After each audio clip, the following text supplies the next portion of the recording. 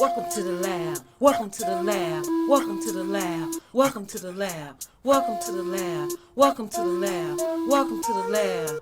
Come on and cook with me. Gigi's gluten free. Bake with me. Gigi's gluten free. Grill with me. Gigi's gluten free. Eat with me. Gigi's gluten free. Welcome to the lab. Welcome to the lab. The lab. Welcome to the lab. Welcome to the lab, guys. Today we are doing a demonstration, guys. We're going to show you how to fry whiting fillet using Brad's seafood breaded mix. Yes, Brad's seafood breaded mix is an all-purpose seafood breader. You can use it for scallops, shrimp, crab, lobster, fish. You could coat vegetables like zucchini, squash, eggplant. Guys, it's incredible. It's very easy to use, and I'll show you exactly how to do it. Whenever you have whiting fillet or any type of fish and you have grooves in it, or if it's smooth, you want to put you some grooves in it. You see how I place those grooves in it? You can do it with your fingers or you can do it with a knife. But you see that smooth section? Yeah, you want to fluff that out just like that, just like so. Yep, just like that. That way the fish will be evenly coated. There will be seasoning through and through. Very even. You see that? It's just that simple. Just that simple. All right. So when I do this, I normally like to use a Ziploc bag. I take out a scoop or two of the seafood breader. I know you see it. Yep, I know you see all the herbs and the spices. That's right. And then I coat one piece at a time. One piece at a time, guys. And you see the Ziploc bag allows it to coat evenly. Very, very even. You see that? There's seasoning everywhere. I cannot stand food that's bland or is seasoned in one area and lacking seasoning in another. You see that? I know you see it. If you have never fried fish before, this is the easiest way to fry fish, guys. The easiest way. And if you're not sure that you coated it properly, you can go in one more time and then just knock off the excess. But this is coated properly, guys. And what I tend to do is I normally let my fish rest for at least 10 minutes before I fry it. At least 10 minutes. So when we come back, we're going to start frying. Okay, so we want to check our oil and make sure it's at optimal temperature. So we take a little bit of the breading and do like so. So I would not say that it was perfect.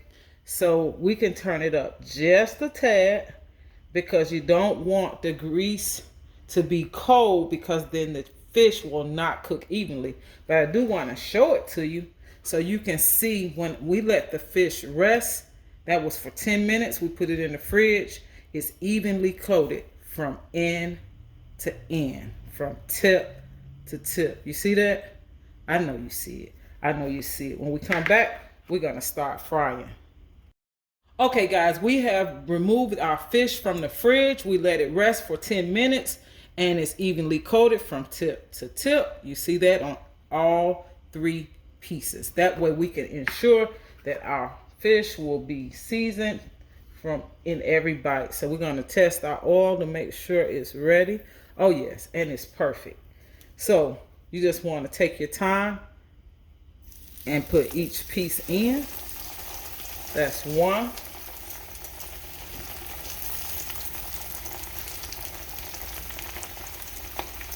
That's two. And this piece right here, the last piece, is large, so I'm going to split it in half. If we split it in half, we'll make sure that it fits in the skillet properly, and then it will also cook throughout. So, and fish doesn't take long at all, guys. It really doesn't. All right. So we're able to fit all of it in, and we did not crowd our skillet. You never want to crowd your skillet, because if you crowd your skillet, then your food will not cook thoroughly inside and out. You'll have some wet spots in your fish, and that's not something we want. Nobody wants wet fish. Nobody wants wet fish, so you want to get that taken care of. And you always want to clean as you go. That way you won't have much to do when the time comes to start the cleaning. So you want to let it cook for about 2.5 minutes on each side. So remember, we're cooking all of our fish 2.5 minutes on each side. See it?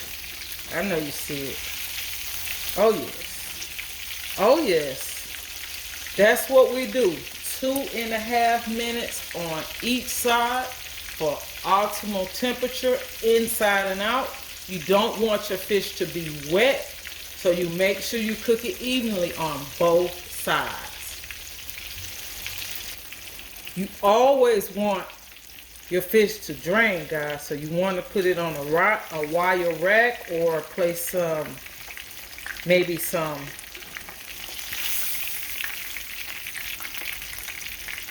napkins or paper on a plate if you don't have a wire rack, and let your fish drain.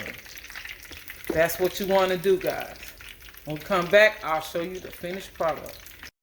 I know you see it. I know you see it. That is fried whiting. Fried using Brad's seafood breading mix on a bed of spinach. Guys, if you have never been to the channel before, thank you, thank you, thank you. Welcome, welcome, welcome. And if you haven't already joined our family, what are you waiting on? If you are returning, thank you, thank you, thank you. I love you, and I'll see you in the next video.